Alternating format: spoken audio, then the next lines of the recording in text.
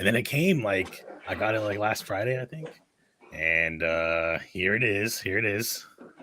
We're because Tim wanted to see it. He hasn't seen it yet. I have the matte screen protector matte on there, screen. and it looks really good. You know, it reminds me of the Wii U gamepad with the sticks up top like that. You know, they took a key from Nintendo a little bit there, and it's super comfortable. It's got these like curves around it, just fit your hand perfectly, especially when you like put it down on like a desk, because then you don't feel that weight at all, and it's just like it's super nice. Now, does it have the built-in kickstand as the Switch would have you believe we need? No, there's no kickstand, because I think for this you kind of play it mostly in your hands, and then if you ever want to dock it, you're probably gonna be like playing with a like controller.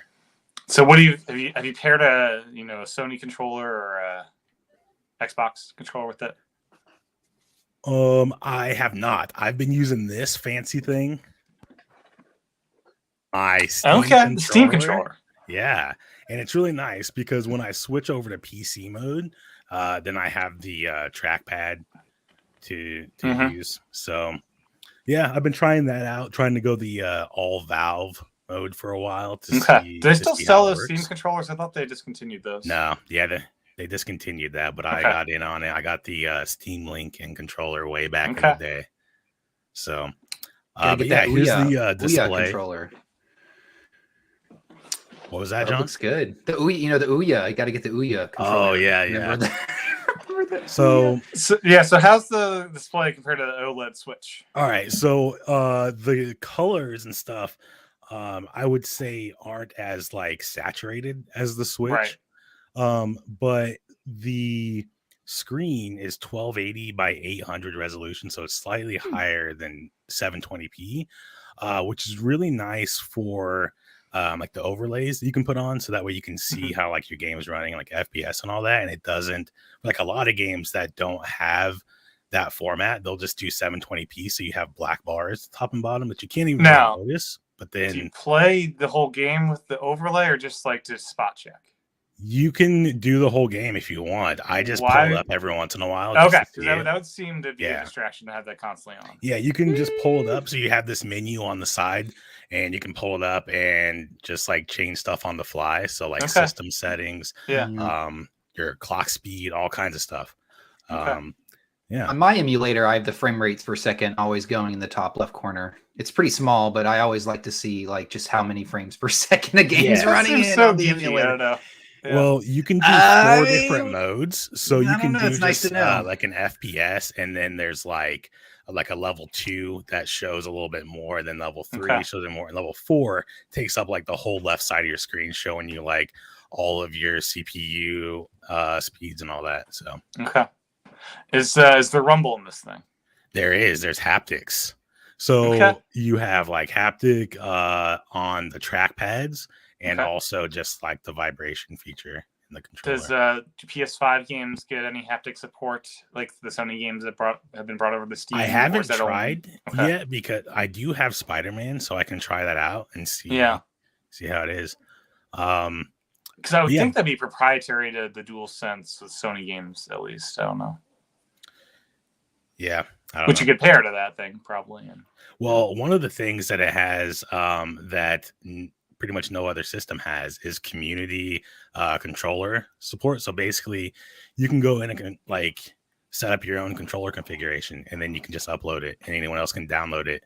And that's pretty nice, because I can just see how other people like to set it up and just pick one. Also, like the game might have like their like real configuration, or like whatever they recommend for it. Yeah. So.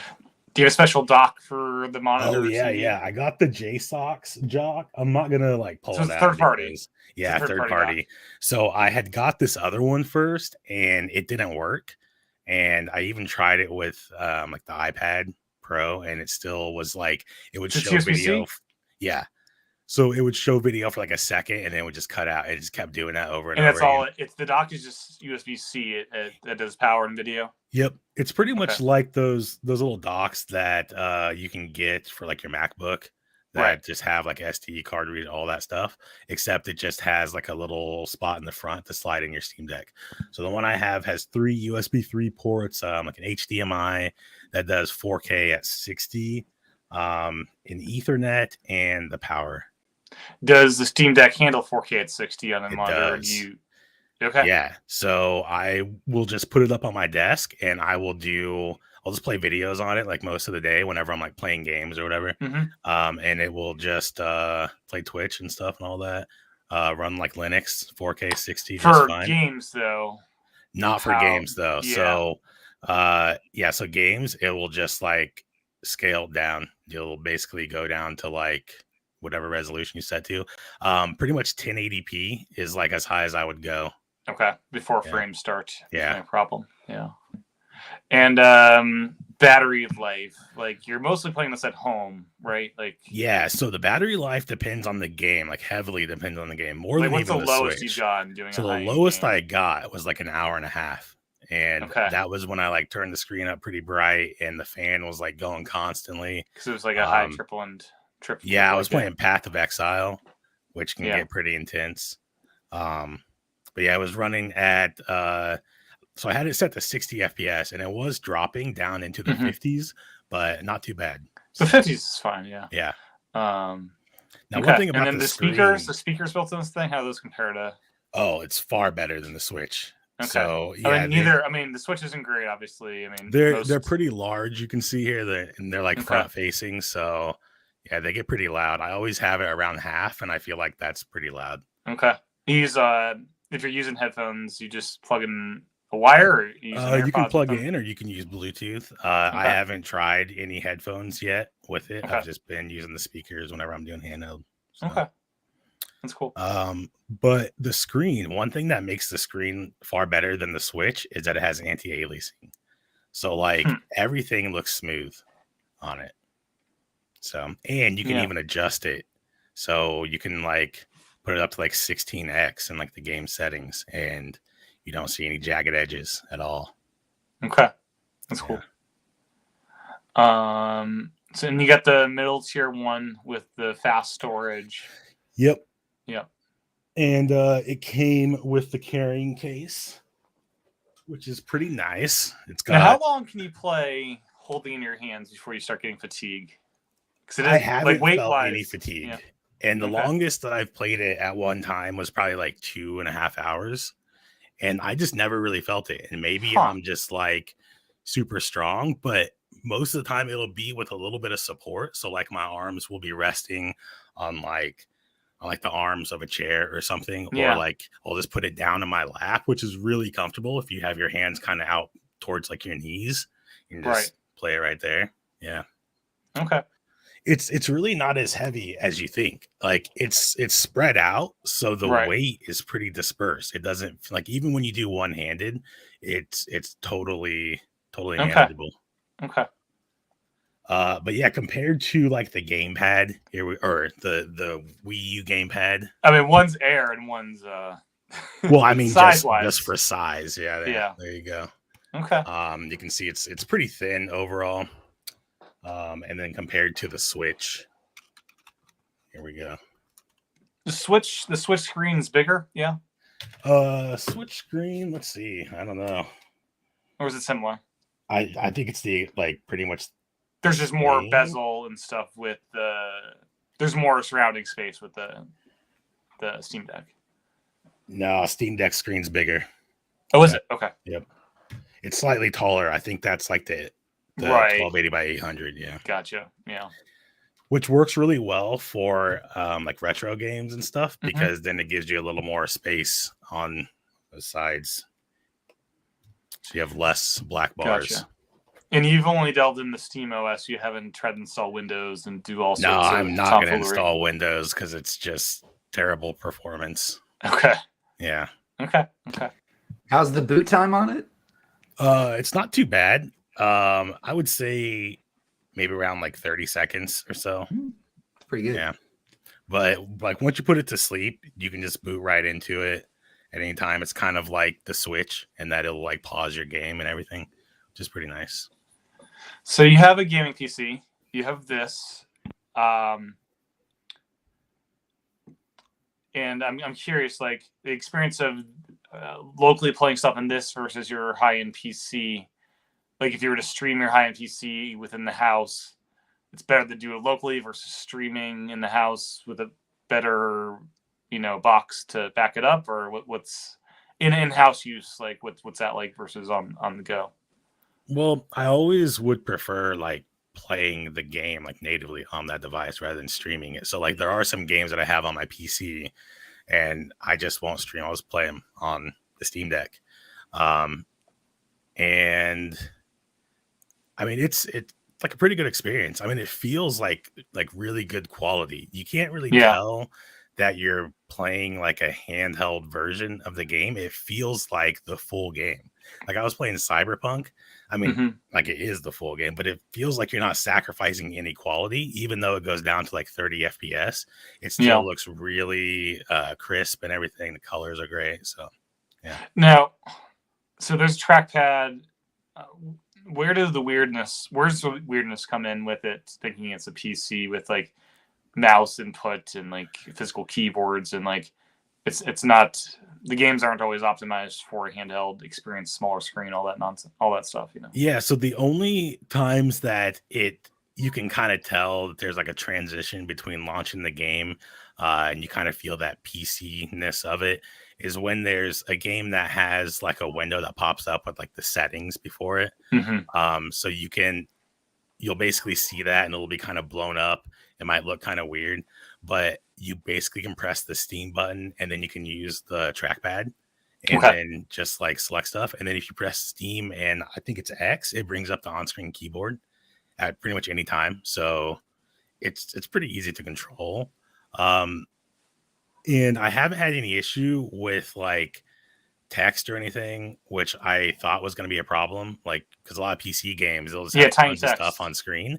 But when you set the game to 1280 by like 800, it just scales and it looks perfect. So very cool.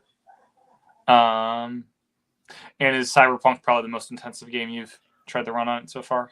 Yeah, probably Cyberpunk or Elden Ring. I've done Elden Ring. Yeah, I think that might be the most intense.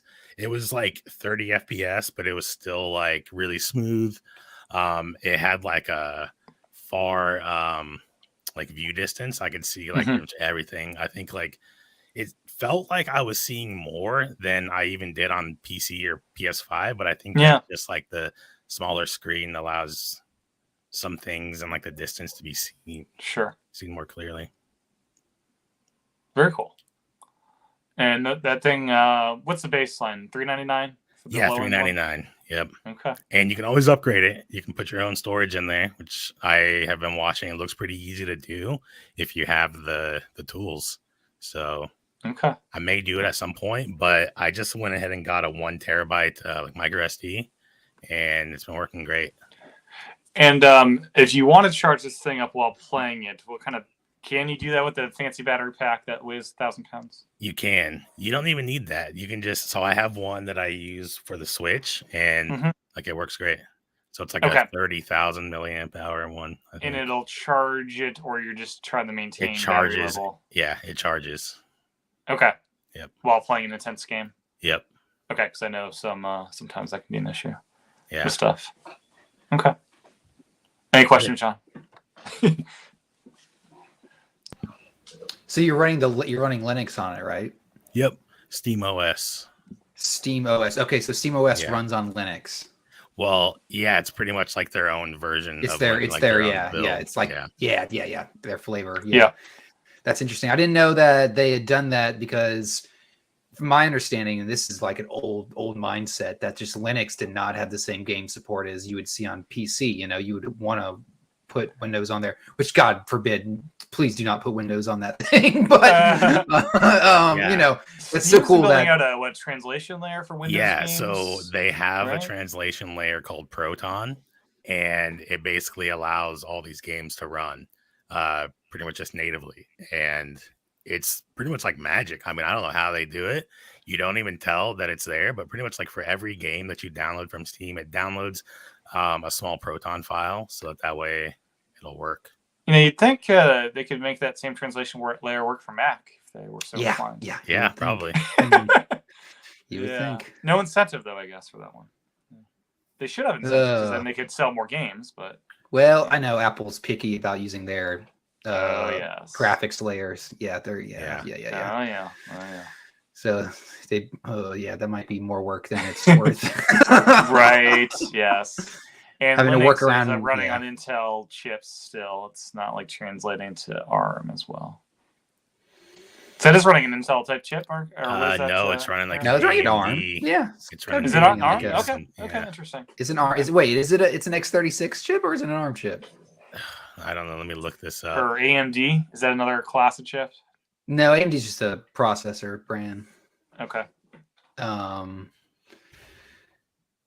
AMD bought out ATI back in the day, which was a big graphics house. But AMD has started really pushing into CPUs lately, just because of how well their GPUs, I think, have been scaling. And they've been kind of eating Intel's lunch. Yes, they have. In some regards. Yeah. A lot more platforms are supporting AMD chips.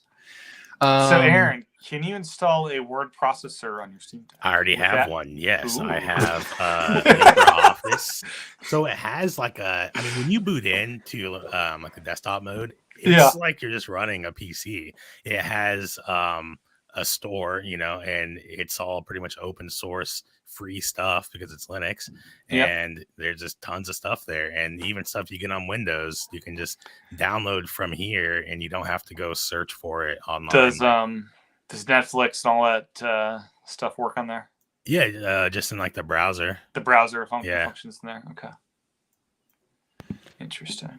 And you mentioned that a lot of the games have the ability to bring in like kind of control profiles where you upload and share. Is that a system-wide thing, or is that more of a per game basis? What do you mean system-wide? Well, I mean, because that's kind of, you can set different control schemes on like my handheld emulator. These games I want to use this one, this other one I want this. I want the control stick, inverted from this set, or vice versa. But it only works per emulator. Like I can only do that stuff within, like, say, the N64 emulator. And if I wanted to do stuff inside another emulator, I'd have to go like figure out again. Does this work with like universally with every game, or is it kind of hit or miss with? Yeah, so you can choose. There's like different modes. You can do like per game, or you can turn off the controller configuration and just like set it yourself. So if you want like inverted stick layout, then it would do that for every game. Then there's also a PC mode. So when you switch into the PC mode, you have a different controller setup. So the trackpad will behave a certain way, and you can change those as well. That's cool. Yeah. Very cool. All right. Yeah, that's cool. Okay. Yeah. So then if you went in the PC mode and then just launched your games there, then you would have like the PC mode set up, and you wanted to use trackpad and all that, or like mouse and keyboard. That'd probably be the place to do it. Have you installed Dolphin yet? No, not yet. Okay. What? Yeah, I haven't done it. I've just been like messing around with my Steam library because I have hundreds of games, and it's just so easy just to hit download. Whereas with all the ROMs and stuff, I'm gonna have to like watch some videos and it's work. Spend some time. Work. Yeah. Yeah. We'll get to it. Especially with Dolphin, man. God, some of those files for like games are so big, and you gotta load them on there. So I guess if you were to move stuff on there, you would just hook it up to your PC and use it as like a external drive, or would you do like the micro SD I heard card? That you have to do like the micro SD. So I just need to. Well, I already have a card reader. Basically, just put it in there and then drop the files. The card readers. The card readers on top of the built-in SSD that's in there that you can upgrade. What do you mean? So it's got the internal SSD. Yeah. Which is, the system SSD, which you can upgrade, right? You can upgrade that. And that's on top of also having a micro SD card. Yeah, and then it has a micro SD card slot. So you could have two, you could have two memory modules. Can you plug the Steam Deck into a computer and have the Steam Deck act as an external drive where you pop stuff on without? I don't believe so. I mean, I'm sure that some people have like, done stuff, but from what I saw is that for like like ROMs and stuff, you can't just plug it in and drop it in. At least one guy was saying that. Yeah, gotcha. Yeah, I know getting ROMs onto the Vita is a fun process of turning it into a little server and like trying to throw stuff onto it that way. It works, but it's complicated. Yeah. Well, any other Steam Deck stuff you want to mention here? One thing I guess that makes it kind of easy is you can just boot in the PC mode and just do all the stuff over there. So like, yeah, but I think it's probably just going to be like faster to just put the card like to my PC where I can just download the games faster. And but yeah, it's a very like versatile system, and it's pretty wild. Like I was driving down the highway. Well, I wasn't driving, but like my wife was driving. Not. Yeah, and I was just playing like Elden Ring last night, and it was pretty crazy. How bright does it get? Imagine. Can it handle the sun? So it does handle it much better now that I have the matte screen. Yeah. But it's not super bright. No gaming things really do that great in the sun. I found it's hard. Honestly, no real devices do really well in the sun. I mean, the iPhone 14 Pros is the first screen I've seen that's not an e-ink thing that like boosts it up for extended time. It just like didn't completely suck. Yeah. It's like catches on fire within 3 minutes. It's the iPhone finally has it usable in the sun for extended times, which is like amazing, but that's about it. So, Mario Kart Wii, which you install with Dolphin, Aaron, is now 15 years old. How do we all feel ancient? No. Okay. No. I think it's crazy. There's only been 2 Mario Kart games in the past 15 years. Like that sounds. Yeah, that's insane. Wild. Yeah, that's sad. I mean, 8's amazing, but let's get 9 here. Let's do it. We're getting a new Zelda trailer tomorrow. 3 minutes, the final trailer. I'm already 3 sold. Minutes? They say that? It did. Is it a so it is a trailer? It's not one of these like gameplay videos? No, it's a trailer. Yeah, it's the final trailer, yes. Interesting. So, I'm not sure if we'll get some story tidbits or anything. Final trailer. Yeah, I guess it's a month out, isn't it?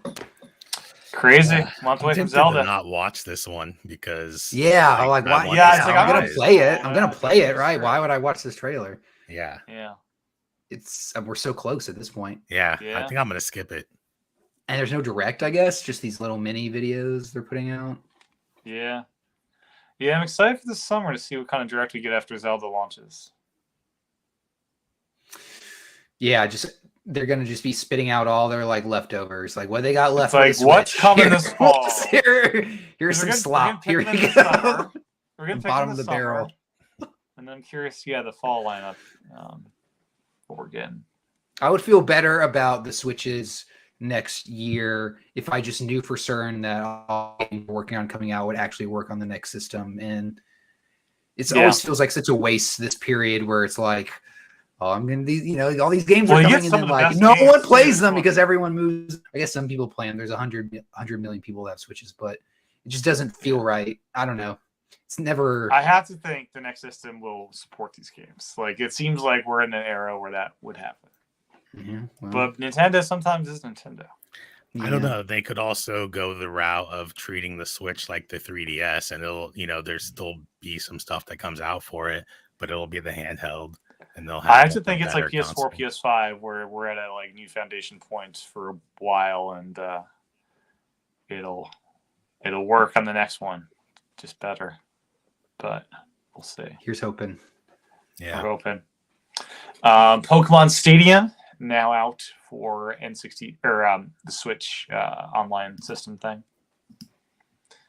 So, and you can't do anything with the Game Boy stuff. Yeah, that's disappointing. It is a little disappointing. I mean, that's probably a lot of work too. Man, I played a lot of these games. Yeah, NSO. That is another thing. Let's continue this library on to the next system, please. It looks a lot better from these. The emulation is pretty good on this one. Yeah. I mean, are these fun games, the Stadium games? Yes, they're a ton of fun. Okay, I never played them as a kid. It's kind of like 3 games in one. So you got like the story adventure mode, or like the main game. It's fun, but it's because there's no real game. It's you picking out a bunch of random like pre-purposed like level 50 or level 100 Pokemon, and then just going through a bunch of like random battles. So you get to the very end, all the gym leaders. It's fun. It's whatever. If you have a Game Boy pack, you can bring in your old, your own Pokemon and do that through with your own, which is way more than just the generic ones they just like give you. And then there's a bunch of mini games, and the mini games actually I think are better than a lot of the Mario Party mini games. There's a lot of fun ones. And then the third part of the game, I guess, really is if you could play the red and blue on your TV if you had the card. Okay. Only those games, no others. Right. I guess yellow too, but you can play red and blue within Stadium. Yes, you can play red and blue within Stadium. Yeah, it was awesome to play it on your TV. That's wild. It was just one of the reasons I only got it, because it came with the Game Boy thing, and you plug in. It was like, wow, I can play this on my TV. Yeah, that's totally worth getting this game. Yeah, this is awesome. Yeah, totally. And there was no Game Boy player for N64, so it's like the only way to play Pokemon on the N64. Yeah, it's cool. Yay that it's there, but again, like you're missing like 2/3 of the game without that feature. Yeah. So Seattle, we're all going to Seattle in September, evidently, for Nintendo Live. Fans of all ages can experience unique games, character, and worlds Nintendo on Nintendo Switch. But we want to expand that scope with a new experience with Nintendo Live 2023. We're giving attendees a chance to celebrate together with family, friends, and the broader Nintendo community in the spirit of fun and creating long-lasting memories. So this is coming in September in Seattle. They've done this in Japan before, but first time in America. So not quite sure what to expect from that blurb about it. A super spreader. That's what I'd imagine it's outside is my guess. Oh, maybe. I would imagine so. But Seattle, so maybe, with all the rain, they can't do that. So, I don't know. We'll see. Yeah, I don't know. I never went to like a PlayStation Experience event. I heard those were a ton of fun. I'm not sure what kind of tone this will have, if there'll be like any kind of like Nintendo Direct thing in correspondence with this at all, or we'll see. Why didn't they do it at the like Mario thing in Hollywood? They should have done it around there. They should have. Yeah, the amusement park's open in California. I really want to go, but it's far away. Yeah, I'll wait till Florida. Yeah, Florida will be the bigger one. Right? I mean, no one. Okay. Yeah. Don't be dissing Florida. I'm Florida's neighbor. I'm Florida's neighbor. Okay. Don't you smell that wafting up? Dude, you don't even know. Okay. Sometimes you got to go down there, though. It's the closest. It's close. All right. It's like. Yeah. No, they have good amusement parks for sure. I really want to check out Star Wars Land. I've never been. Honestly, I think Tennessee with Dollywood has a much better theme park than. Oh man, these are terrible states you guys are bringing up. What? Tennessee's an awesome state. I will never go back to Tennessee ever in my life. Yeah, Tennessee is an amazing place. What? Well, the only time I've been back since I sworn off Tennessee is whenever I have to land in like Nashville or like a transfer. Tennessee's beautiful. Tennessee is a beautiful state. Like those mountains, though.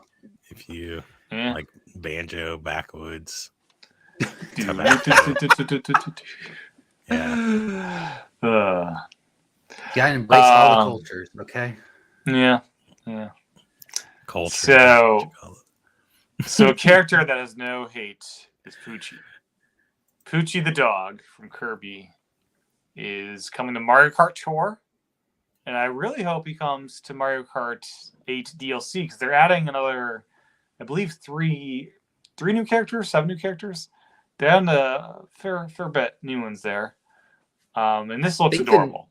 I think the news here is that they're updating Mario Kart Tour. Yeah. Is that something we knew? Is that something that... It's still an ongoing game.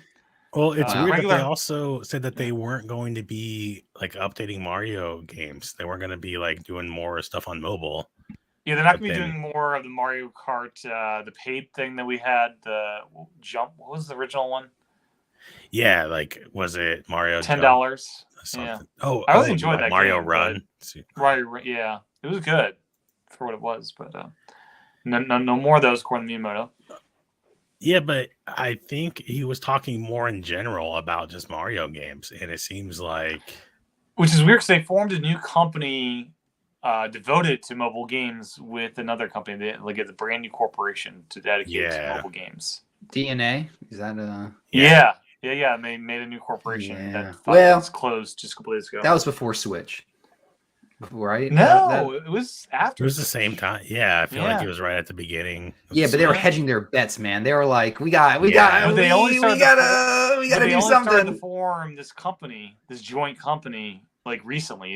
It like closed a couple days ago, and it wasn't. It was like maybe a year ago that they announced the company being made. So maybe I don't know what's going on there. It's weird. That could be more stuff like for their application and like back end, like mobile device stuff. I don't know. You know, they gotta make sure they're set up for the future as far as like, you know, an account system that's going to actually last and that's going to be, you know, expandable to multiple, you know, wherever they want to go in the future. And like, they need all the help they can get in that regard, I think.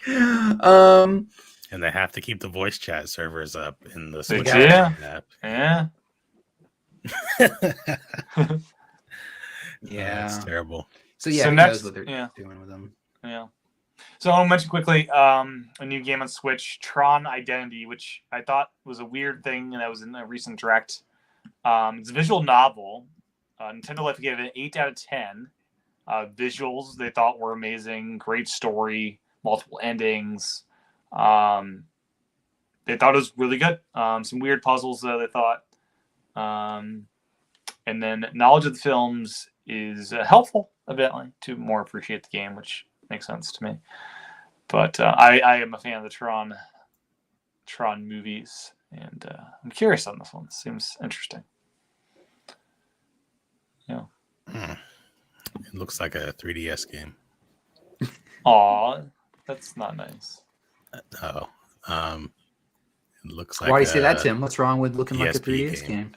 I mean, the 3DS is a lovely system, but the reason the 3DS games looked so great was because the games were in 3D on that beautiful 3D display. Yeah, this looks like big. 3D turned off. I turned on 3D all the time. That was one of my favorite things. I still to this day am blown away by how cool that is. I think the last couple of years I didn't ever really play with 3D unless I had to for like a puzzle in a game or something.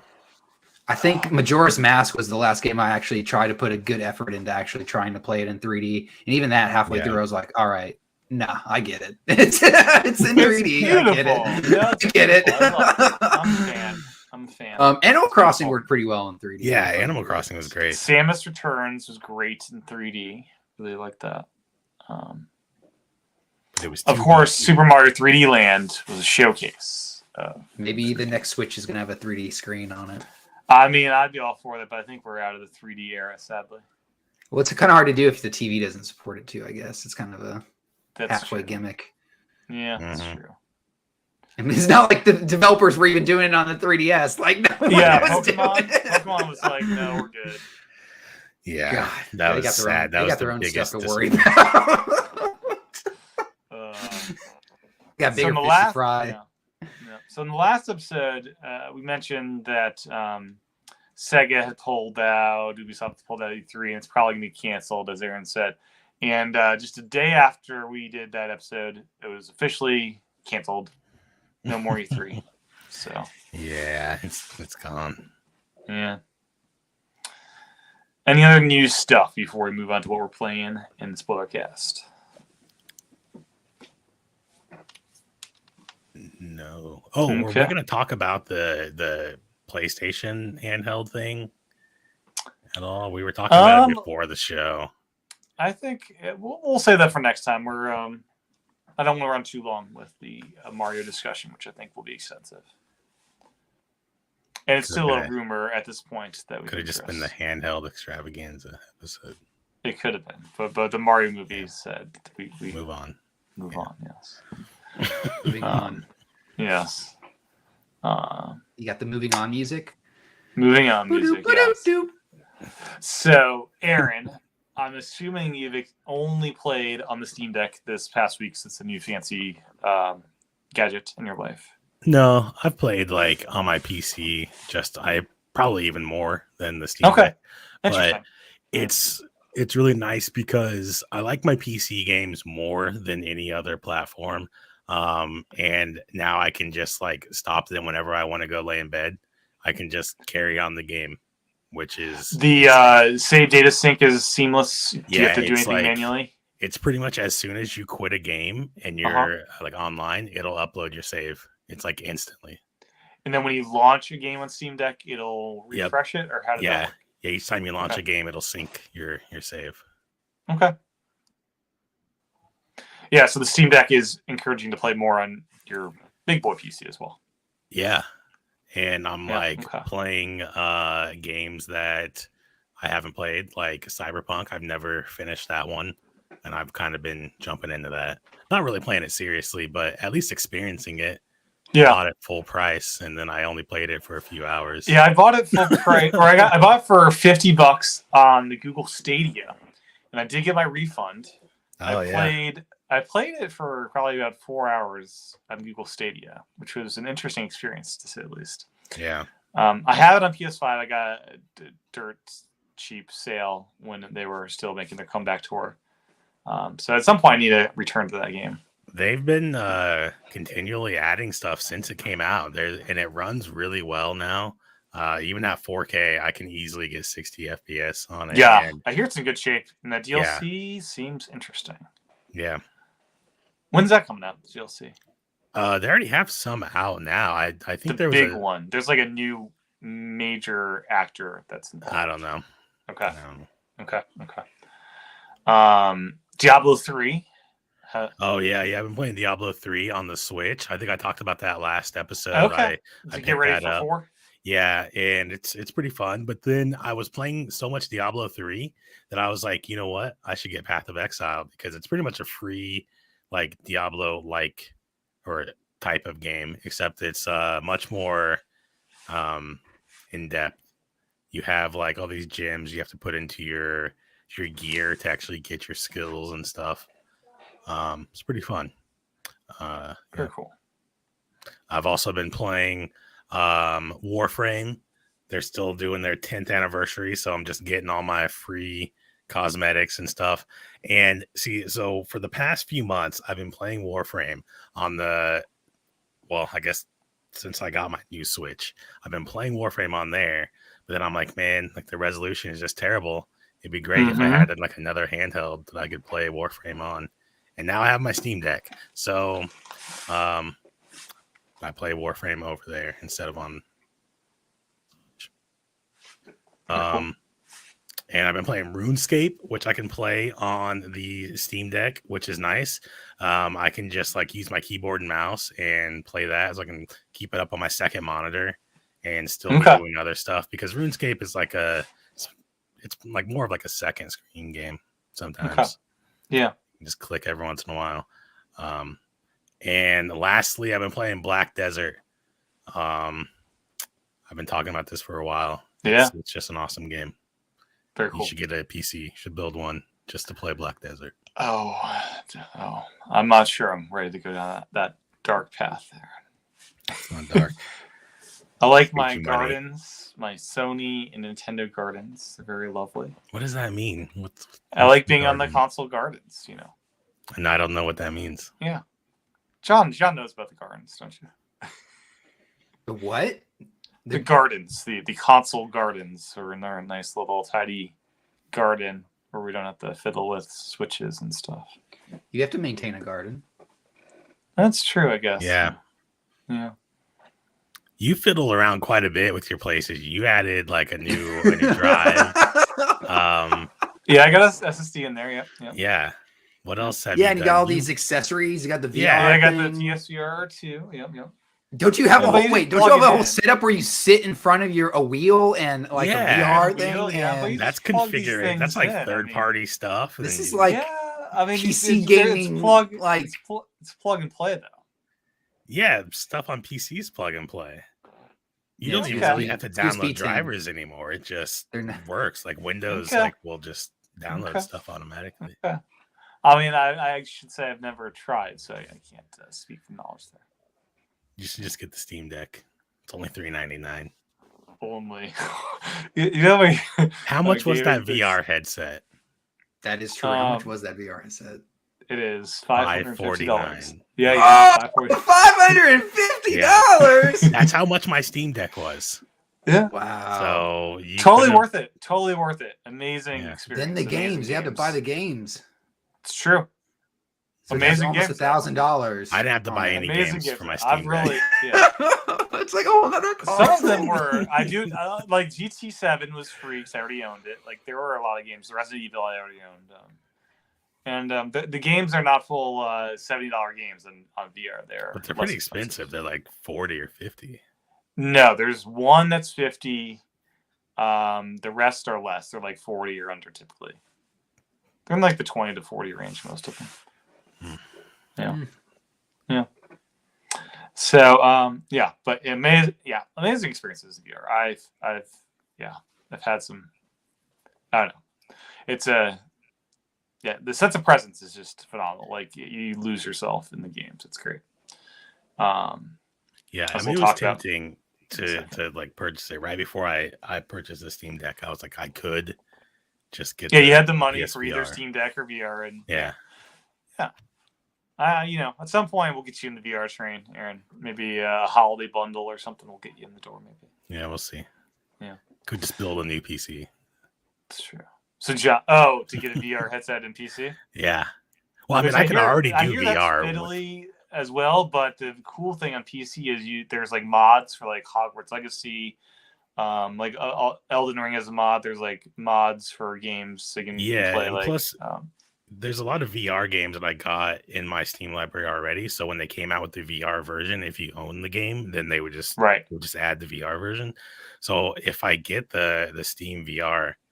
I feel like that's a pretty good option. It's only like $500. Or maybe PlayStation VR will get somehow hacked to work with the Steam VR, which would be cool. Because there's some progress there. People are working hard at that. That would be cool. So, John, what have you been up to?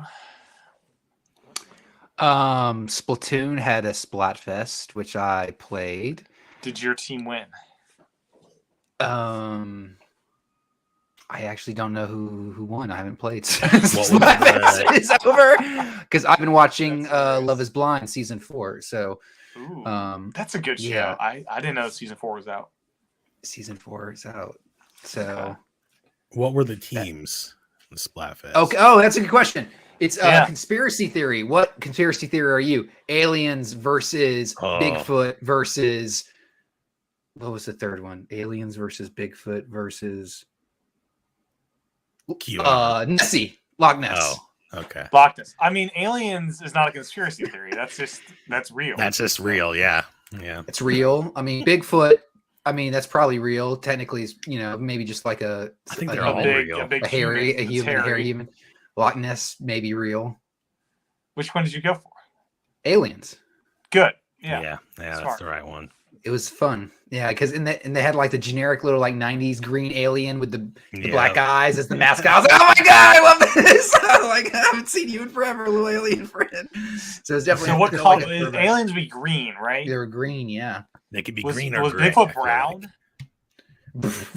Brown like ET color? No, they're not brown. Bigfoot. Would Bigfoot be brown? Oh, Bigfoot. I think Bigfoot was like purple. That's weird. Loch Ness should be purple. Or blue. Maybe Loch Ness is purple. Blue. I didn't pay too much attention, honestly. Okay. But yeah, that was fun. And yeah, Love Is Blind season 4, Very what cool. is Love Is Blind? What is this? You don't know what Love Is Blind is? I don't think so. Love Is Blind. All right. No. Love Is Blind is a Netflix reality TV show. Which if you know me, I'm not into reality TV shows, but this one I like. This one is fun. where the contestants they split the boys and the girls up, men and women, because they're not children, obviously, and they go into these rooms to meet each other, but they don't get to see each other, and they just have conversations with them. They pretty much meet everybody, and they go on these little dates, and after like doing this for like 5 or 6 days, they're like, all right, now you got to decide, do you want to spend the rest of your life with these people without ever seeing them? You're supposed to they propose to each other, and then they go through all this stuff, and by the end it's like, are you actually gonna get married after like knowing this person for a month? And it's like either they do or they don't, and it's a lot of fun. And there's a very heartfelt, there's a very heartfelt, that is wild. It's a pretty good show, honestly. You'll get hooked very easily. There's a very heartfelt scene in a rom-com. I forget which one, but they go to a dinner in a completely pitch black restaurant. And there's that's like a date thing. It's like a date thing, a blind date thing. And I forget which movie this is. It's really great rom-com. That sounds but yeah, they fall for each other, just talking. No visuals, yeah. It's a cool concept. You're literally not allowed to see the person that you're talking to until you propose to them, and that's when you're allowed to finally see them. So it's like you really have to commit to that person, and it's interesting to see the dynamics. And obviously, there's a bunch of BS because the producers are making that stuff fly. But apparently, there's been actually a lot of married, not a lot, but there's been some married couples from it. So yeah, it's fun. The crazy show our household is into right now is called Extreme Sisters. It's on season 2 now. These are these crazy sisters that they're identical twins, and they have to experience everything the same. So like if one's pregnant, the other has to be pregnant at the exact same time. If one has an infected tooth, the other one had to remove a wisdom tooth to be matched up. Like it's a very so we're ripping your tooth out too? That's crazy. It is wild what these sisters go to. Do they do it because they want to, or because they feel like they have to? Is it like they feel like they have to experience everything at the same time? Yeah, they don't have to. They don't. If one person was like, "We need to get a job, and we have to work the same exact table at the same time," and we need a job. We need a job. And they got paid half, a person because they're only, Where are we gonna work? Yeah, it's weird. It's a very weird show. It's fascinating, but it's very weird. All right, I might check that one out. Yeah. So that show reminds me of Love at First Sight, the Love Is Blind. There's a TLC show called Love at First Sight. I think it's kind of similar. Or is it called Married at First Sight? Yeah, Married at First Sight. It might be Married at First Sight. This was a little different because it's more based on the person, getting to know the person versus, which is kind of a similar concept. And then they have to decide after so many weeks if they want to stay married or not. Yeah, this is like speed dating on steroids. You go through a month, and it's at the end, you're both standing at the altar, and you're waiting to see do both of them say yes, or does someone dip out? And yeah, it's fun. Yeah, that's it. Life. Yeah. So I've been playing a couple things. Days Gone. I finally started playing this game. This did not review well. This came out just before Last of Us Part 2. I think the reviews gave it a bunch of crap that didn't deserve. This is a really fun game. Really enjoy myself. I got it for free as far as the PS Plus collection thing, and it's really, really fun story so far. Good characters, good gameplay. This is one of those zombie games. The big selling point were the big hordes that you experience. I have not hit that part in the game, but the combat itself against humans and zombies is fun. And it's in Seattle area, Washington State. Riding motorcycles. It's fun. Yeah, I'm enjoying it. I'm about probably 4 hours into it. Then I hooked up my original PSVR 1 to my PS5. I finally got a proper camera mount in the basement that's you can't knock it over like the other mount that came with it is. Wait, why would you want to hook up the original if you got the new? Well, yes. So there are some games that are exclusive. It's the first one that they're not coming over to the next one. What iteration? Because it's a whole different tracking system. So, some games aren't coming over. So as I've been listening to some PlayStation VR podcasts, I've been diving into their back catalog and seeing what were the standout games at the back half of that generation that I missed out on. And Fracked is one of those games. It's not a very long game, but it's super polished. skiing in this game. You're fighting off these aliens. It's like an action shooter kind of game. You're kind of like a secret agent a little bit. Gameplay is great. This is like one of the first games I kind of mostly played PSVR 1 with the DualSense or 4 or the DualShock 4. And this is one of the first games because I finally have a good setup in the basement to use the moves where it tracks good. And it's a lot of fun. Like I figured out how to use the moves for mobility and full locomotion. And it looks amazing, especially for a PSVR 1 game. It looks, once you're in the headset and in a game that takes advantage of what it can do, it actually looks really great. PS5 ups what performance-wise it can do, and that's something that people haven't mentioned, and it does look really good in this headset. And it's a lot of fun. I'm like halfway through it. One moment was very funny. I was like, what the heck is going on with that tracking? It's just not working at all. I remove the headset and look up, and my cat is sitting on the shelf, just laying in front of the camera, just like wondering what I'm doing. Because this one has all the lights and stuff that you use to track it.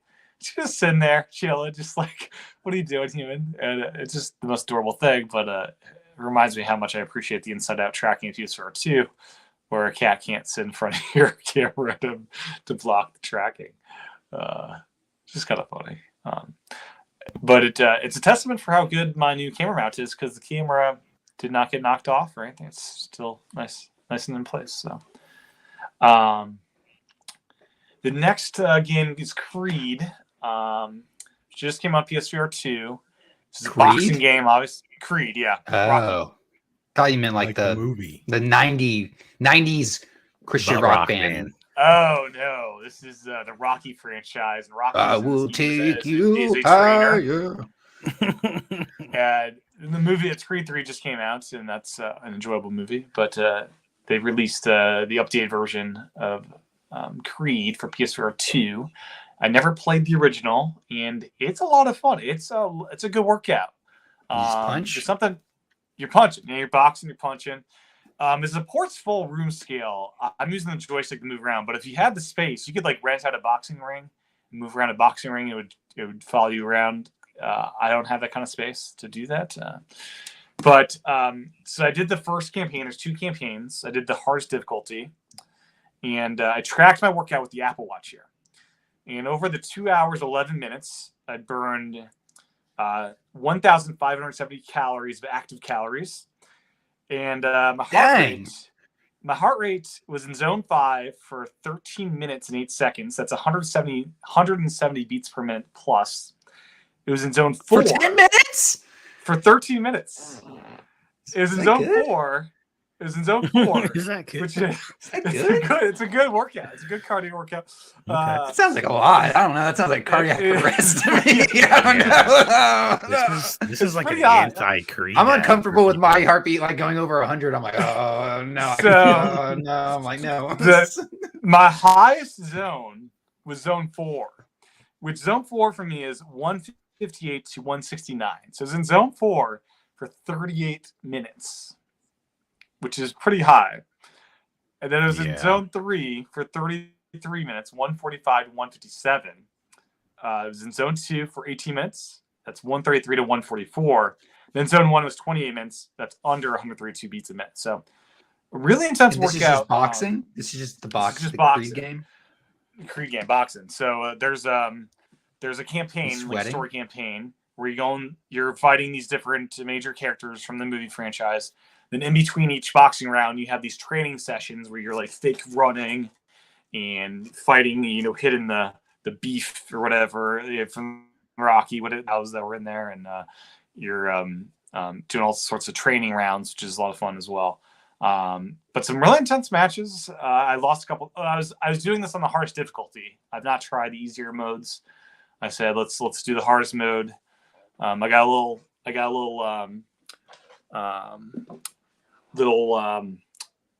what do you call them? Bandana thing to wear, because a sweatband. Got a head sweatband. Yeah, it even has a it's like designed for VR. It's like a ski mask kind of. Oh, what is that? What is that on your face? What is that part for? Yeah, this is the headband I wear in VR. I guess that keeps your face from keeps your touching your face. So it like soaks up the sweat and stuff. And the VR 2, it's pretty good with sweat overall because like the original one, it was designed where it would soak sweat up, which isn't great long term. This one kind of makes sure the sweat kind of doesn't go anywhere, so you can wipe it up really easily. So it wipes up nice and neat. I don't know. There's something... You've said sweat too many times. There's just something about sweat in games. I just feel like I just don't want these. But my goal here is to get a good exercise. Like this is now like a new part of my weekly exercise routine. Tim, my arms, I should say, were sore for like a good 3 or 4 days after doing this. I want you to get outside, intense. Tim. I want you to go outside I like my at-home gym in the basement here. It's great. That's not a gym. That's as much for every minute you spend punching the air like Rocky. You need to go outside. And I haven't tried these out yet, but I did get these wrist weights things I can wear. No. Oh, you went all in. I'm gonna try these as well at some point. How heavy are those? They're 2.5 pounds each. You should try like 10-pound ones. I gotta start light and then move my way upwards. You say that, strap one of those on, and within 30 seconds, you're like, "No, I'm done." That would really get your heart rate in zone 5. I mean, I was up. Yeah, that game is good. Like I've exercised in VR in other games, but the Rocky was really getting to me. The music, I think, of Rocky is just very, what's it like? 80s soundtrack. Raw. Yeah, it's got the official music from the Rocky movies, which is very pump. Raw music. Sure. Great. All those 80s boomer rock is hard to score these days. It really is. Good to them, and then my brother-in-law was in town, and we played GT7, the 2-player one-on-one mode down here. He was on the racing wheel, and I was just on the DualSense, and that's a lot of fun. I've never played 2-player GTA, and that was a good old time. What did he think? He loved the wheel. He was like, "Oh, this is great!" Like, and he enjoyed the game as well. Who won? It was like 50-50. He won a couple. I won a couple. Mm-hmm. Yeah, I think the wheel has an advantage. I really do. It's not fair to compare someone playing with a wheel versus someone playing with a joystick. Yeah, they're different. They're different. Yeah, you should have split it up. You need to challenge them to like a tournament. I know, right? You each play 3 times. Ghost mode? Can you do ghost? It's got ghost. Oh, there are time trials for that. Yeah. Yeah. Oh, yeah. That's what you should do. Yeah. It's even more fun because then you can watch the person as they're racing you. You can literally watch them race you as you're sitting there like, go, no. It's true. It was fun though. We did some dirt tracks, which just made things all sorts of crazy. And we did some long races. Like one of the dirt track one, we did 10 laps. It was like 40-minute race. Can you make it rain? And you like can. A mud track. I did not do that because that'd just be too cruel. Like the rain is just wild. Your car wouldn't go anywhere probably. Like that's all I would do is just mess around in the mud. If I had that. The rain can really, it's wild how if you don't have the right wheels in the rain, it's not a good time. I would put on the slicks. My drag slicks. Just spinning out of the place. And then the other game of note is Ragnarok on PSVR 2. This is a drum game. You're at the back of a Viking ship, and you're drumming to different Viking style music. It's very the soundtrack in this game is great. It's just very bombastic, I would say. Kind of like Taiko drum. As you power up your character, you hit backwards to like release your power up to your goal is to have the boat go as far as possible by hitting the drums at the right times, and it feels great. Like the haptics are great, the music's great. It's good drumming game in VR. Good exercise too. Not as much as Creed, but it gets you moving. So that's what I've been playing. Yeah. That's cool. let's move on to some Mario movie talk. So we all saw this. I saw this at noon on the opening day. A bunch of kids, some adults, good old time. And then Aaron was next seat the next day. Evening saw showing that night, right? Yeah, it was like 9:15. What was the audience selection like there? There was maybe about 20 people. Yeah, it wasn't too full. There was a lot of empty seats. So it's 9 o'clock for a kids movie, so yeah, it's faster bedtime. The previous show, when I was buying tickets, looked almost sold out. It was like around 6 o'clock, and so I was like, I'm not going to that one. Yeah, all kids will be in bed at 9. Yeah. So, John, what was your theater experience? Oh, I saw it on Friday around 6 o'clock. 6:30, which is a matinee apparently, which I guess I'm old. Oh, really? That seems like that's wow. Yeah, I know. You would think, but I guess when you're, not going at 8 o'clock at night like you are when you're a teenager or whatever. Anyways, we went with the my nieces and nephews. It was pretty full. I think there was only a couple seats left that were not taken. It was pretty full. A lot of kids. Yeah. A lot of kids, a lot of families, obviously not too many kids by themselves. Obviously it's a family movie. There was a lot of families in it. I kind of see Friday night as opening night because kids had, like you said, kids had school that week. Well, maybe spring break. I guess. Yeah, Good Friday. Right? Good Friday. A lot of people had Good Friday off from school. Yeah, a lot of people had Good Friday off. Maybe spring break's this week too. I don't know. It depends. But either way, I don't think many people are thinking about going to the movies on a weekday night, but Friday it was pretty full. My theater, before we talk about the movie, I could just talk about some of the technical stuff. Oh yeah, I got my theater, I haven't been to a movie in a while. This theater definitely had Atmos because they had the back channels, they had the front channels. I could hear the separation, and overhead I heard when people were walking, okay, they're behind me now. Cool, very cool. But the center channel with the music was so bad and so off. Oh, so the music, the score is so good in this movie. It didn't sound bad. It was just not the same level as everything else. It was obviously like, if you looked at the mixer, it was like, yo, you need to turn that one up. Like I cannot hear. It did not sound as good. Wasn't as loud. Which is one little nitpick, but other than that, the theater was a reclining seats. It was a good theater. It was a fun time. I guess all theaters. I saw this in D-Box. I saw it in D-Box. My chair is moving and shaking and rumbling. Mario Kart time. What is D-Box? It's a chair that's programmed to the movie you're in that tilts and vibrates. It's like where is this? Where do they have this? A lot of theaters have it. Never heard of this. It's like it's a thing. It was like the best seat in the house. I have not heard of this. No. It's definitely a thing in the New England area.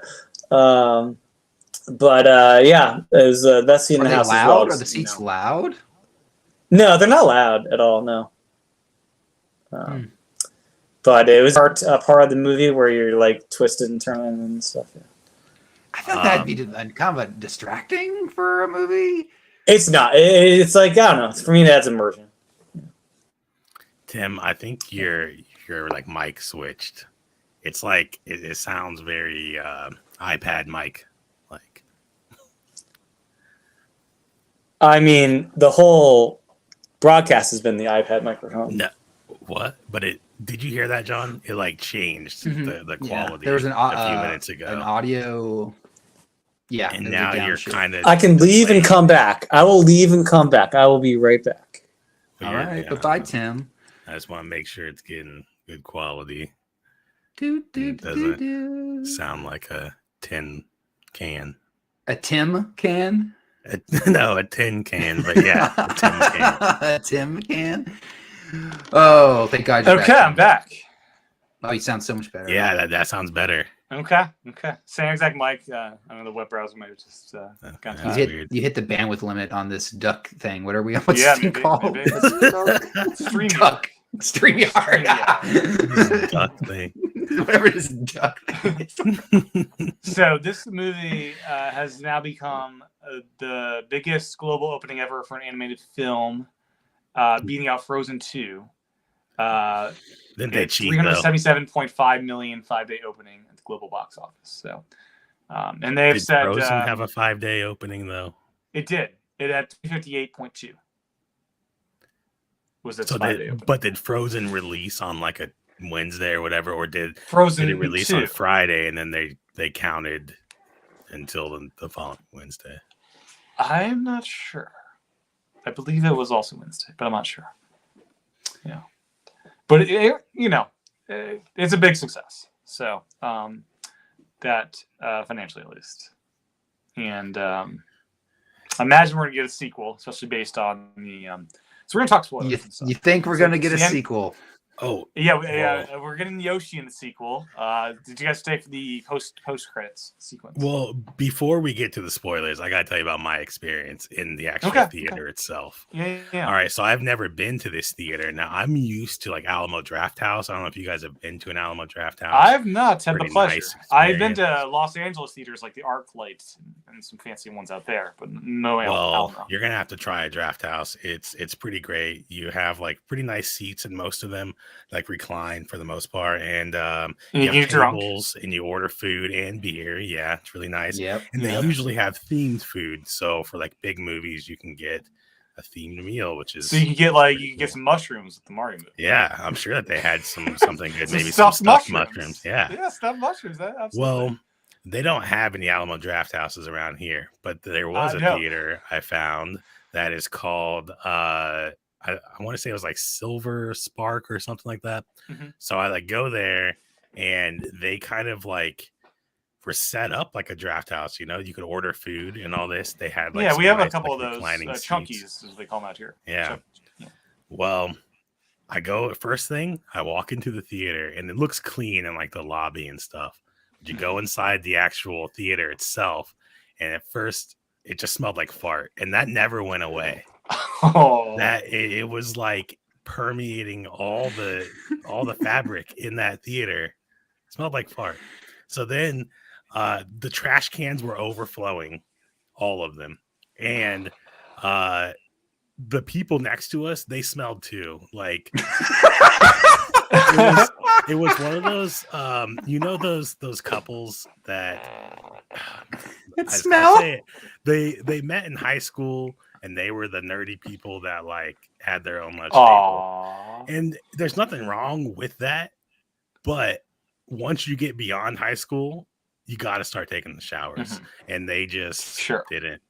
And there was a lot of PDA going on with that couple next to us. Come on, you're gonna move. Which is a little too much. And then wait, excuse me. And there are tables too. Yeah, in a family movie. Yeah. They were all over each other. Oh gosh. Yeah. Oh, dude. So, was it during the Peaches song? I'm sure I didn't look over once the lights went down, but while like the trailers were playing, they were So then they missed the trailers. Oh yeah. Now that's offensive. No. So then we tried to order food. And we ordered food, and it never came. And no one ever came to tell us anything. We got charged $60. You got charged? We were going all out. We're like, oh yeah, we're gonna go visit this place. So we got like appetizers, our entrees, drinks, and it never came. But we got charged. And then afterwards, we had to go down to the front and talk to the manager. And his whole reaction was just like, oh, okay, what'd you order? And we told him, and he's like, all right, let me see your card that you ordered it with. And we showed him, and then he just gave us a refund. No sorry, no explanation for what happened or anything. And that's wild. It was terrible. I was so parched that even if I liked the movie, I wouldn't have had like a good time because I couldn't. Yeah, couldn't that's even horrible. Drink anything. It's horrible. Yeah. I've always had good experience with the food theaters in New Hampshire. They have very good service and all that. That sucks. Yeah. You got to go on Yelp, man. You need to avenge this place. So you will not return to that theater. I will not return to this theater. Theater. Is that the only food theater in your area? No, there's another one that I heard about, but it's a little further away. So okay. Yeah. So I had a good old time with my theater. A good audience. Some kids, but everyone was like well behaved and laughing at some of the references and stuff. And yeah, it was a good crew. You had some geeks in there as well, and yeah, it was fun. That's cool. What did you think? I had a huge freaking grin on my face for the entire 90 minutes. I was like a little kid. Like I was just like gritting, like my mouth hurt at the end just because I was gritting the whole time. It's great. I had a wonderful time. I enjoyed the heck out of myself. It was just, I don't know, it was just delightful. It was fun. What did you think, John? I don't know if you ever told us exactly.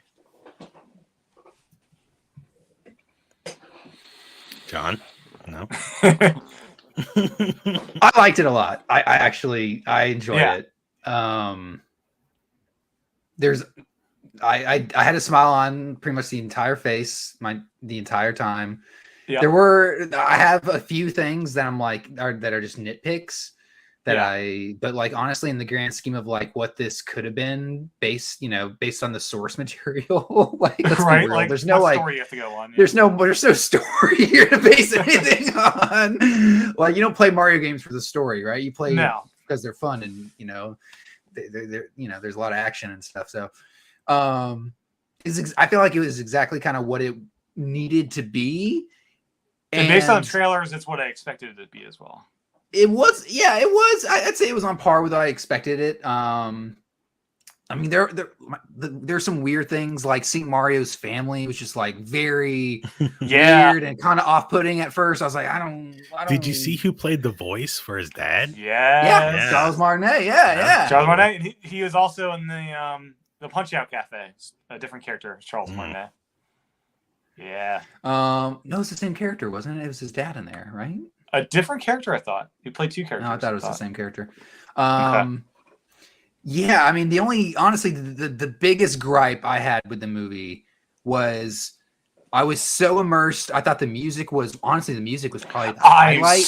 I'm waiting for that soundtrack to drop. The music is great. It's already out. It's already on Apple Music.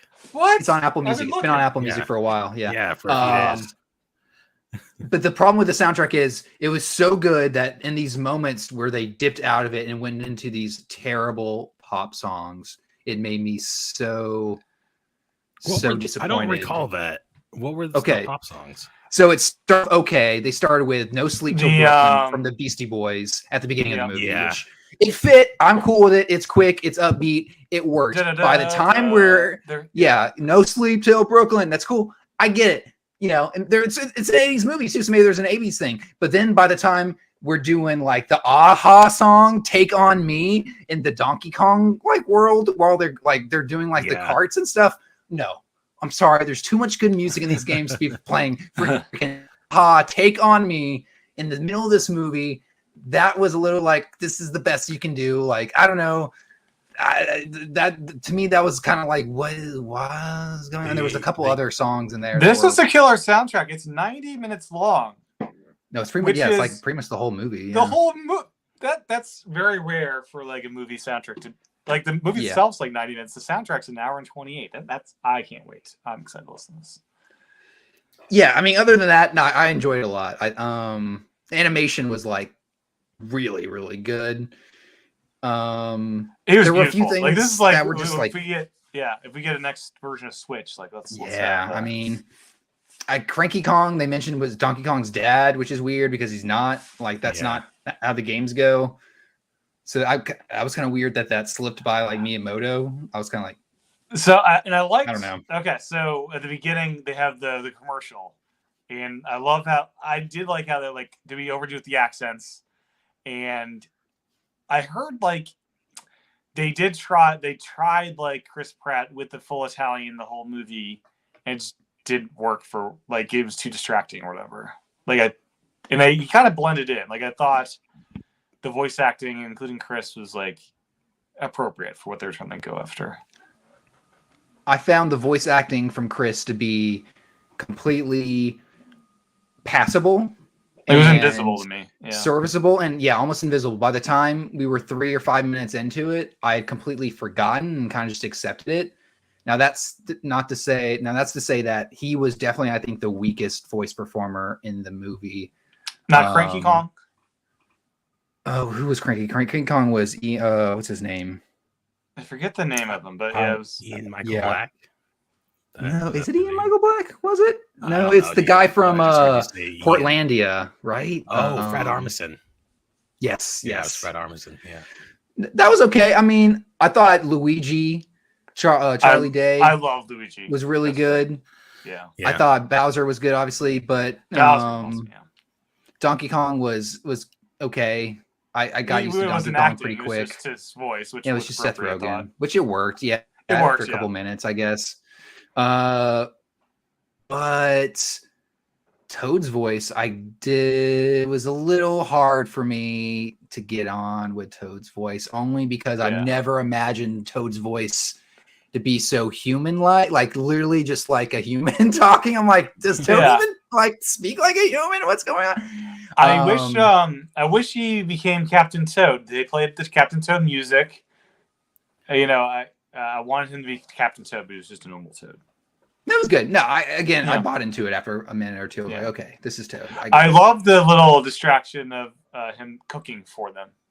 That was just, I thought that was cute. It's like, you're not going to whack them. You're just going to cook them some food. And Toad's like, eat.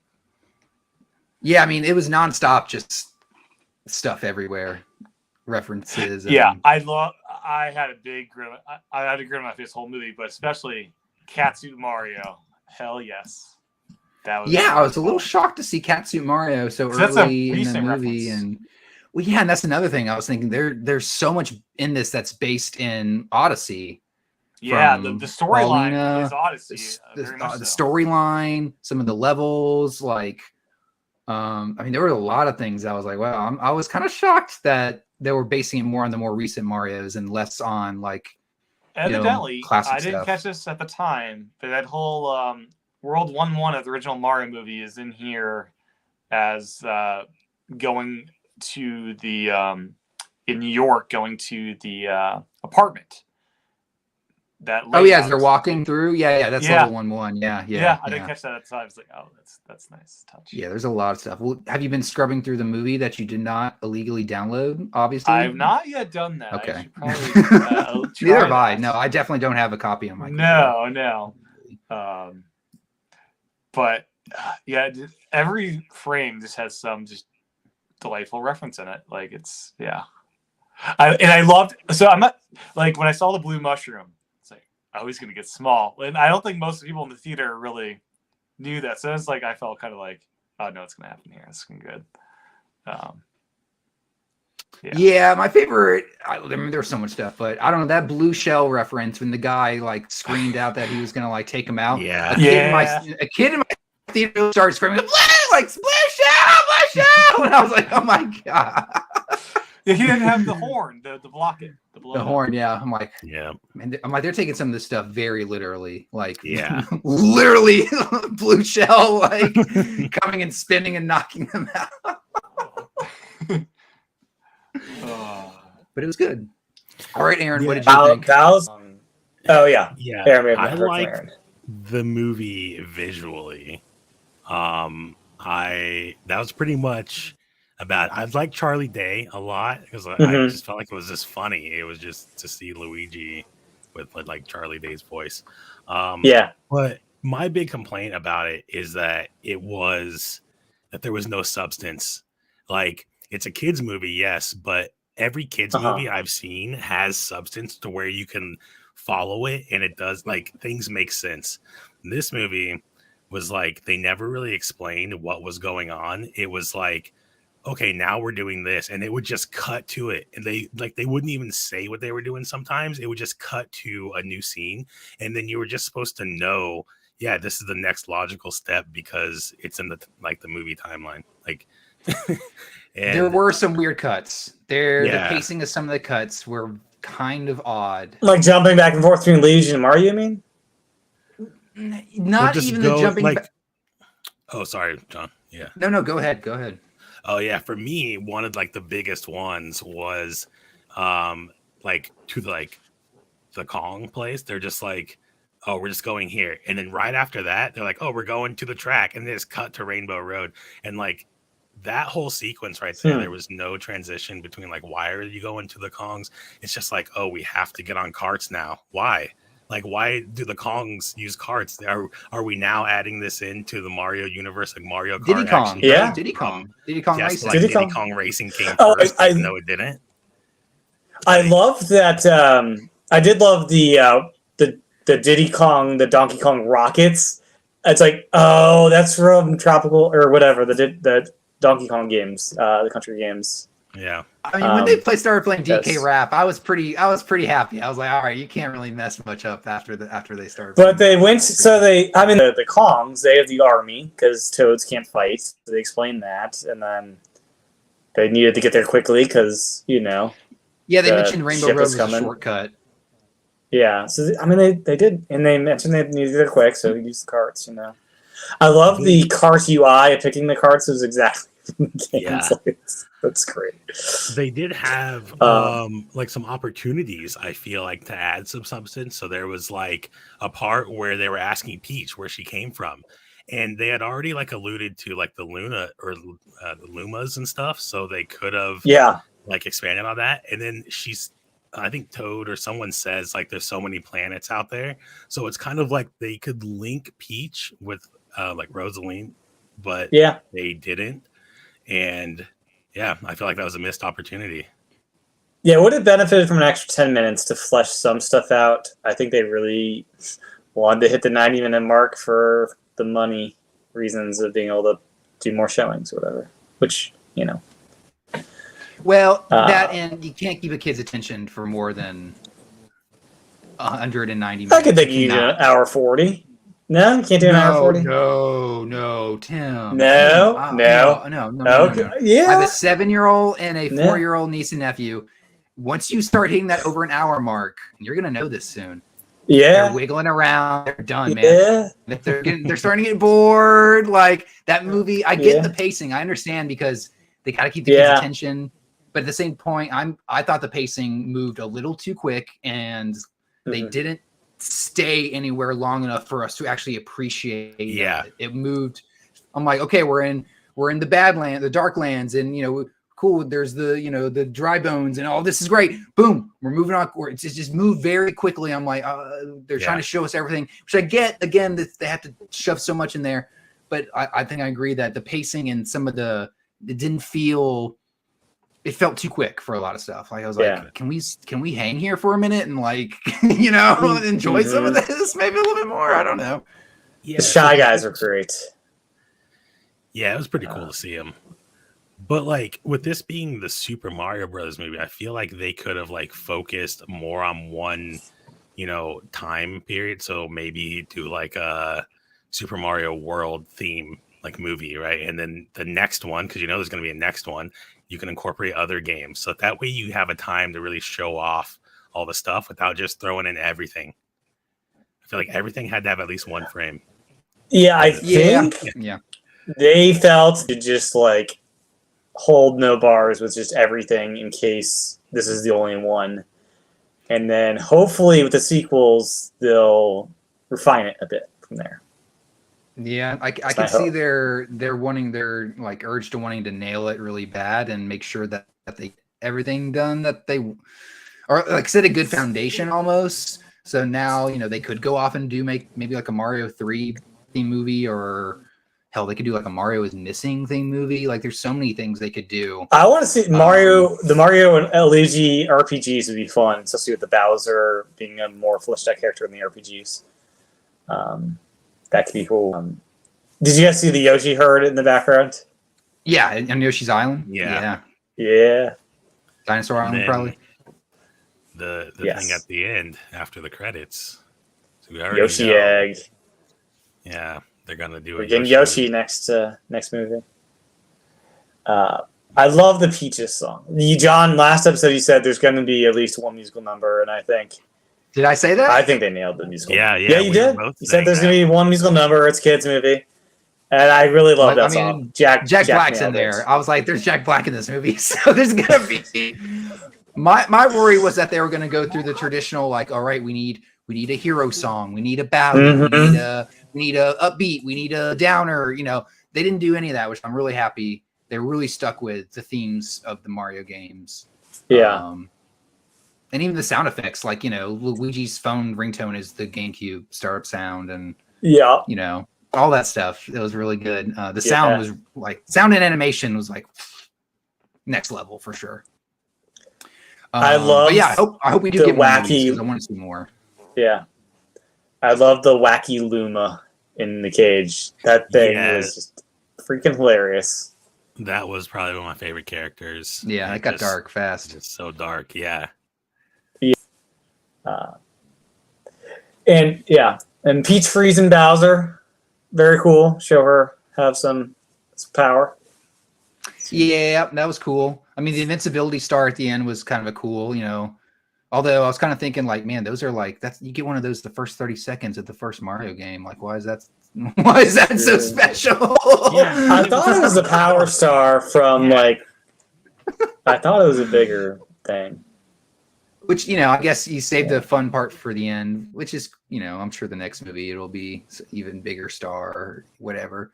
I'm disappointed, which I knew we weren't going to get, but I really am a fan of those villains from Mario 2 Doki Doki Panic, like the rat that throws the bombs. Yeah. And Wart, the big like toad thing. Like they've never shown up like literally anywhere else in Mario, and I was just hoping they would, you know, make it into the game because I really like those characters a lot. But yeah. I mean, I think it's pretty clear we're gonna get sequels, so I don't think we're gonna have a problem there. Yeah. I like that Iwata was in the end credits. That was a nice touch. I thanked him as the former Nintendo president. Yeah. I mean, and which was nice. Yeah. Yeah, that was good to see. And Miyamoto was a producer, which it's fun to see him in the opening credits of like Miyamoto is like, yeah. And I wonder how much of the movie, like the pacing and some of the stuff was because of him. Like maybe he had a lot of control and he was like, no, we're going to do it like this. And they're like, well, we've never made a movie before. Let's do it. And he's like, no, this is what we're doing. And they're like, okay, we have to do it. You know, we signed on to say I'm sure the contract says no, like we get final creative say in a lot, you know, pretty much everything. I'm sure. I imagine them handing much over. Yeah. I'm sure. But yeah, you know, I'd be interesting to see like how much influence Miyamoto really had on like all this, you know, the whole thing. And I didn't notice at the time, but the Punch Out Pizzeria had like the boxers and like frames in the on the wall and stuff, which is cool. Yeah, and like a Duck Hunt, Duck Hunt. Yeah, like, stuff. Yeah. And his Mario's playing Kid Icarus on his NES at home. Yeah, that was pretty cool. Yeah, and he's got like all these. He's got an R-wing in his room. Yeah. And like a bunch of, you know, like the family scene was interesting, and Mario not liking mushrooms and stuff is like family scene was weird. He's also got like a little weird pipe thing on his desk, whatever, you know, pipes. Yeah, because he's a plumber. He's a plumber. Yeah, the family elements were really strange, I thought. And how old is Mario? Is he like in his 20s? Like what? Yeah, I think he's in his 20s. I think he's in his whole 30s. Family lives in this house. It's a big Italian family. It's New York. It's expensive. That's true. Yeah, I need to rewatch the original movie from like 20, 30 years ago. Oh, no, you don't. To compare it, you know. I think it's good. I think it's better than this one. It's bizarre. It is bizarre. Yeah, but in like the reason why I feel like it's better is because it can be like a standalone thing. It doesn't have to be like a Super Mario movie. You know what I mean? It's like live action, and it's kind of that literally has nothing to do with Mario. Is what you're saying? Yeah. So it's like its own weird, like freaky 80s thing. Yeah. Yeah. Oh, man. Yeah, we got Baby Mario. I just had a good old time with this thing. It's just weird, yeah.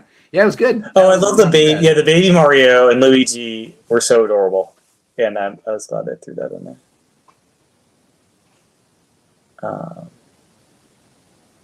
Yeah, good old time.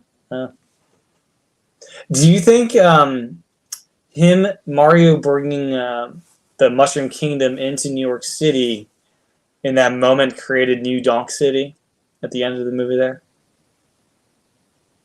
Pauline was the mayor of New York in this movie. Brooklyn, yeah, New York. Yeah, I don't know. It's a good question. Considering that, like, it was basically Odyssey, you would think that would already be there, but obviously they're just taking the bits and pieces they want out of each game and making it work, which is fine, I guess. Yeah. But yeah, like Aaron mentioned, I would like to see more like focused. Like, there's so much they could do in a Super Mario World movie, like, totally. Just based on like Mario having that cape and yeah, I don't know. There's I love the Tanuki Mario at the end. That was a lot of fun. One thing they didn't do in this was jump into a painting. Yeah, that's true. That was a missed opportunity. There were no. I saw paintings on the walls that I noticed in the castle. Yeah, the Tanuki thing was weird because they never called it a Tanuki suit. In fact, they called it two other things besides a Tanuki suit. Donkey Kong says, I like your raccoon suit. And then someone else, Toad or someone else says, you look like a bear. And then I'm waiting. I'm like, are they gonna actually call it what it is? Because now everyone's gonna leave and call it a raccoon suit. You just called it a raccoon suit. And it's not a raccoon suit. Like, no one, like, you literally had this opportunity to correct 30 years worth of people calling it a raccoon suit, and you didn't. You let it fly. You literally. So it is now a raccoon suit. Yeah. That's how I felt. So I was sitting there literally waiting. I'm like, are they not gonna call it what it is? That's my third gripe. Yeah. So Bowser. Yeah, like another thing that they could have done is whenever Peach is having Mario run through that like obstacle course and he keeps dying like multiple times, they could have given like the golden suit. Remember that from the 3DS games? If you die the golden times, suit. You just like the golden thing. Yeah. I really love that montage of Mario learning how to become the Mario, That's another 80s pop song. They did like the Rocky music at the Yep. It kind of like reminded me of the old Smash Brothers level. You remember from the 64 Smash Brothers where like you get these challenge levels and you had to smash all the targets? Oh yeah. Yeah, that was that's in the recent one too, I thought. I don't know, but yeah, once I saw that, I like immediately thought of that. Oh yeah, the story mode in Brawl. I think that was the last time I remember those. Yeah, I thought they had challenge modes in the Ultimate game we have now. It's a side content thing. So at the end of the movie, they trap Bowser in this little glass thing with a piano. And if you get hurt, you become big. Wouldn't Bowser just to get out, just smack himself with the piano in some way? Like how hurt do you have to get? Can you hurt yourself? Yeah, can you do self-harm? Or does the piano count as a external thing where you could hurt yourself? I feel like he's going to get hurt. I don't know. They made Bowser kind of dumb, which I was kind of like not happy about because I remember when I was a kid, like Bowser always seeming kind of scary, but it seems like each game that comes out, they make him less scary. He's more like a really goofy Well, he's just an emotional, heartfelt turtle. Yeah, they should have made him a little more He smart. just has a love for peaches. He's a sensitive guy underneath all that, okay? That's why he's so hard on the outside. I love how he called Peaches the whole game versus Peaches. Yeah, because, well, let's keep it PG. Peaches has the emote. The little like emoji. People never send the peach unless they're talking about specific like anatomy. Yeah. I feel like. Okay. I mean, unless you're like grocery shopping and you need to pick up, you send an emoji for all the things you need about the store. Because I send emoji to tell people what to buy from the store. Yeah, your shopping list isn't done in emoji entirely. There you go. That's the peaches that he's talking about. That's the peaches and cream. That's peaches. That's the Mario. That's the Mario. That's. Why do you think she's holding this pose? Okay, she got her hand on her peaches. Oh, Aaron. Oh boy. Yeah. So, if you got it. Any other? Do you think we'll see a Zelda movie? I think that would be harder to do, especially if they're trying to keep it to like a kids movie with this time frame. That's like impossible. They would really. I'd love to see a Wind Waker movie. Yeah, I think that'd be cool, but it would have to be like 2 hours at least, right? To like set up the character and like you're about to go out on this adventure and then like go out on the adventure, get the piece of the Triforce. You have to at least have like a dungeon, like a boss. Yeah. I feel like on an infinite time scale, yeah, there probably will be, but I don't think it's like in the horizon at all. I feel like they're going to milk this Mario. We're getting more Mario movies before we get anything else. Yeah, because now they're Donkey Kong movie could be a thing. Oh, Donkey Kong easily, yeah. I'm sure there'll be Donkey Kong. Do like a show that comes out to like a streaming platform. Yeah, I could see Donkey Kong easily being a show or Mario even being a show. No, I think they'll definitely go beyond Mario, but I feel like they're gonna play around with what they know works right now, which is definitely this. Do you think we get a new Smash Brothers? Yeah. Oh yeah, I'll lead up to Smash Brothers. It's like people all train in like a house for like a season, and then they have like a brawl. Yeah. Do you think we get a new Mario game this fall? Reality TV. Huh? Do you think we get a new Mario game announced this summer, releasing this fall? I don't know. To capitalize on this. Miyamoto said, stay tuned. We'll announce a new game at some direct in the future. It could be. Yeah, that was such a throwaway line, though. Like, that was just like a, Well, it's been a while, though. I feel like we could get a new Mario game this fall. Really no, I mean, in the time span of Mario, it is the time to get a new one. It's been like 6 years. Yeah. So, I don't think they've ever gone longer than 6, 7 years. Yeah. 7 even sounds crazy when I say it. Like, that seems like a long time. Yeah, for a Mario. Long time. Main Mario game. So it almost makes me feel like they're not going to do Odyssey 2. Because they would have done it already, right? They would have. I don't know. It took a long time to get Breath of the Wild too. That's true. Breath of the Wild. That is true. Yeah. Yep, we'll see. Yeah, we'll see. I hope any other final thoughts here, Mario movie? It could be like pretty wild if it came out like 6 months after Breath of the Wild, because that was pretty much how long.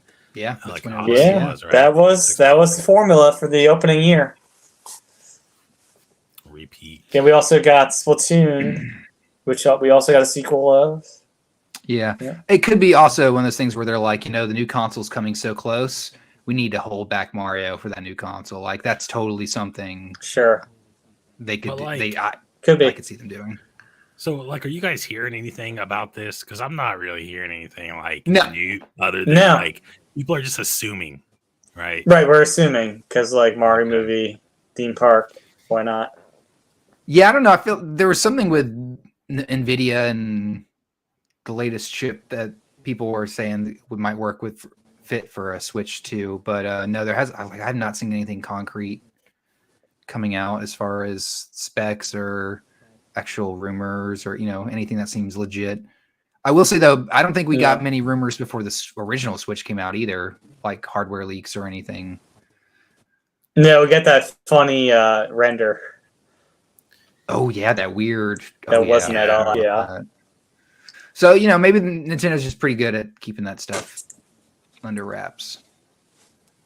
Yeah. Mm-hmm. Maybe. And it seems like maybe it's one of those things where they're not going to start making them until after they announce it. So there's not going to be many leaks maybe of stuff going around. Right. Yeah. I don't know. I would think maybe if we're getting close, we would hear some stuff about like development kits going out something. That is true. Anything about that, so I doubt that it's close. That is true. Yeah. Yep, we'll see. I think next We'll see. winter. Yeah, either next. Well, John, where can folks find you on the interwebs? I am on Mastodon at John Wesley A at mastodon.social with very cool vowels. That's you. Yeah. That's you, Aaron. I'm also on Mastodon. Sage Levi at mastodon.social without the vowels in Mastodon. Excellent. We don't need all that. Well, I'm on Mastodon at tchatton and mastodon.world. Boom. And with that, we'll be back next time for another fun-filled adventure in Club Nintendo. Talk to everyone again real soon. Bye.